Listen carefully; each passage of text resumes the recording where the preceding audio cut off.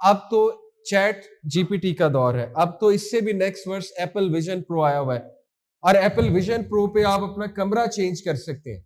आप उसको पहन के जो थीम अपने कमरे को देने चाहे, आपको कमरा वैसा नजर आएगा। इसी तरह मेटावर्स पे आप पूरी अपनी यूनिवर्स बना सकते हैं, अपना ऑफिस बना सकते हैं, अपनी प्रॉपर्टी खरीद सकते हैं। You can create your own girlfriend on metaverse. मतलब टेक्नोलॉजी यहां पे जा रही है। आपको मैं एक मिसाल देता हूं कि वो जो टर्मिनेटर मूवी थी, मेरा ख्याल आप लोगों ने शायद देखी, बहुत पुरानी, उसमें एक कॉन्सेप्ट दिखाया था, मेरे दौर की 1999 98 की मूवी।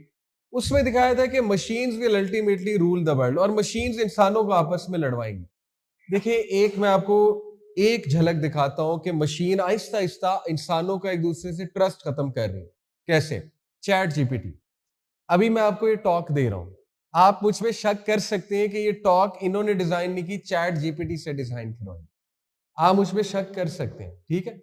वो जो एक एप्रिसिएशन थी ना कि यार ये इसकी क्रिएटिविटी है, ये इसका माइंड है, जो मैं अप्रिशिएट करता था ह्यूमन बीइंग को कि ये प्रेजेंटेशन इसने बनाई है, ये पोस्टर इसने बनाया। मैं अप्रिशिएट करता था कि ये आउटलाइन इसकी है, ये स्टोरी इसने लिखी है। आज आपको क्या पता चैट जीपीटी ने लिखी है कि आपने लिखी है या फलाने ने लिखी है। आहिस्ता आहिस्ता ह्यूमैनिटी का एक दूसरे से ट्रस्ट खत्म होगा।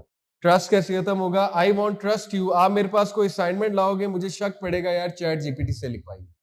आप कोई आउटलाइन बना के लाओगे, मुझे शक पड़ेगा चैट जीपीटी से पूछा है। चैट जीपीटी इतना इंटेलिजेंट है, एआई की इतनी पीक हम देख रहे हैं कि अगर आप चैट जीपीटी पे ये जाके लिखे ना कि मुझे ये lecture for 11 to 13 year old design करके दो, वो एग्जैक्ट उस एज के मुताबिक डिजाइन करके दो। आप चैट जीपीटी पे लिखें मुझे मेंटल हेल्थ का टॉपिक 10 मिनट का टॉपिक चाहिए, टाइम बताएंगे उसे 10 मिनट का, वो 10 मिनट के मुताबिक आपको पूरा टॉपिक लिख के देगा। इतना वो इंटेलिजेंट है एआई, आर्टिफिशियल इंटेलिजेंस। तो देखिए हम किस तरफ जा रहे हैं। मैं नहीं कहता कि बिल्कुल ही हराम है या बुरा है, यूज कर सकते हैं, आपने किसी चीज के लिए यूज करना है कर लो, लेकिन आहिस्ता आहिस्ता आहिस्ता आहिस्ता देखिए ह्यूमन क्रिएटिविटी से हमारा बिलीफ उठता जाएगा। हम कहेंगे human being is no more creative. आज तो पोस्टर तक बन जाता है।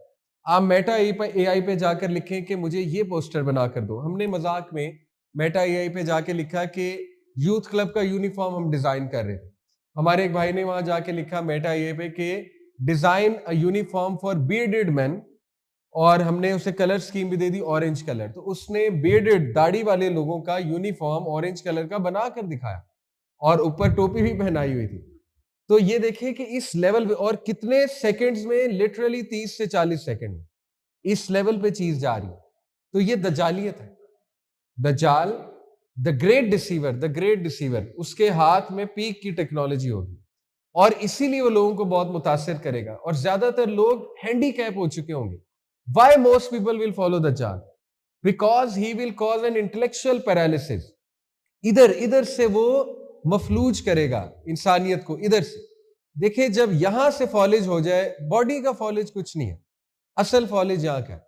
जब यहां पे फॉलेज हो गया तो फिर इंसान जो है वो जानवर बन जाता है, फिर इंसान कुछ भी करता है।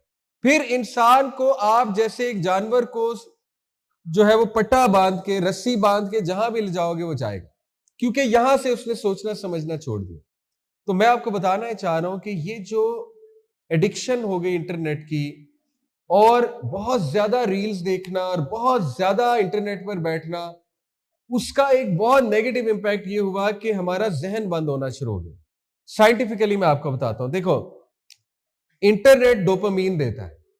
डोपामीन जो है ये प्री फ्रंटल कोर्टेक्स को ब्लॉक करता है। प्री फ्रंटल कोर्टेक्स आपका ब्रेन का सामने का रीजन, ये रीजन हाई लेवल थिंकिंग के लिए रिस्पॉन्सिबल है, डिसीजन मेकिंग, एनालिटिकल थिंकिंग, और the ability to see consequences, या मेटाकॉग्निशन जिसे कहते हैं हाई लेवल थिंकिंग।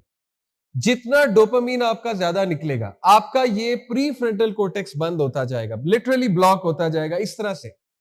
और जब ये ब्लॉक हो जाएगा तो इंसान में सोचने समझने की सलाहियत खत्म हो जाएगी, और दज्जाल जब आएगा तो वो इसी तरह फॉलो करवाएगा इंसानियत को कि जो वो कहेगा वो ओबे करेगी इंसानियत। मैं आपको देखे फितना दज्जाल की एक मिसाल देता हूं। आज इलॉन मस्क एक बात कर दे, कोई, मैं नहीं कह रहा इलॉन मस्क दज्जाल है, आई डोंट थिंक सो, लेकिन just to give you an example कि वो बहुत मशहूर है, बहुत एक सेलिब्रिटी है, बहुत बड़ा साइंसदान है, अगर वो एक बात कर दे तो सारे इंसानियत अंधाधुन उसकी वो बात फॉलो करेंगी, टेक्नोलॉजी के बारे में या किसी और चीज के बारे में, राइट और रॉन्ग।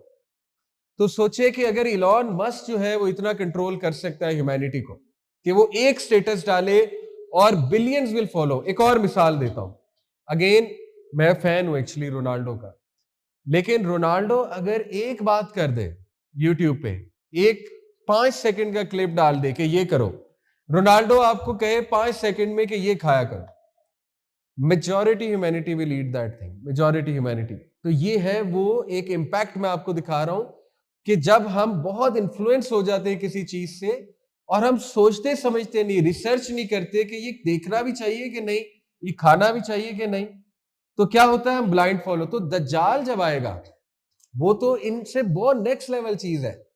अगेन मैं ये नहीं कह रहा ये दज्जाल है रोनाल्डो वगैरह, ये रोनाल्डो तो अच्छा बंदा है, पैलेस्टाइन के बारे में भी बात करता है और आई प्रे कि अल्लाह उसे इंशाल्लाह हिदायत भी दे, लेकिन I am showing you the impact. Okay, तो you have to realize this फितना, ये आपको देखो खुद रियलाइज करना। आपके 90% मसाइल इंटरनेट एडिक्शन की वजह से, मैं आपको बता रहा हूं 90% मसाइल, और ये हल हो सकते हैं अगर आप सिर्फ इतनी सी चीज सीख लो कि मैंने डिटॉक्स कैसे करना। डिटॉक्स के तरीके इंशाल्लाह मैं अभी आपको बताता हूं। फैंटम वाइब्रेशन सिंड्रोम, ये जो है फैंटम वाइब्रेशन सिंड्रोम, ये क्या है? ये है कि आपको लगे आपका फोन हर वक्त वाइब्रेट कर रहा है, आपकी जेब में वाइब्रेट कर रहा है, आप सोने लगे आपको वाइब्रेशन फील हो।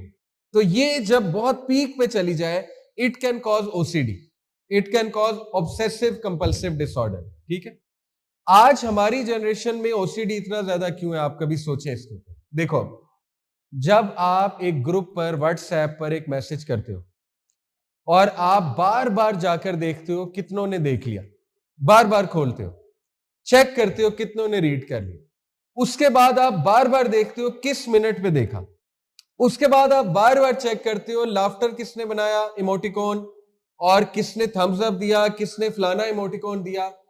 आप खुद बताएं, बार बार एक बंदा ये चेक कर रहा है, उसे ओसीडी दी तो क्या होगा? उसे तो ऑब्सेसिव कंपल्सिव डिसऑर्डर होगा, क्योंकि वो बार बार निकाल रहा है मोबाइल जेब से, वो बार बार चेक कर रहा है। तो ये है वो डेंजर। और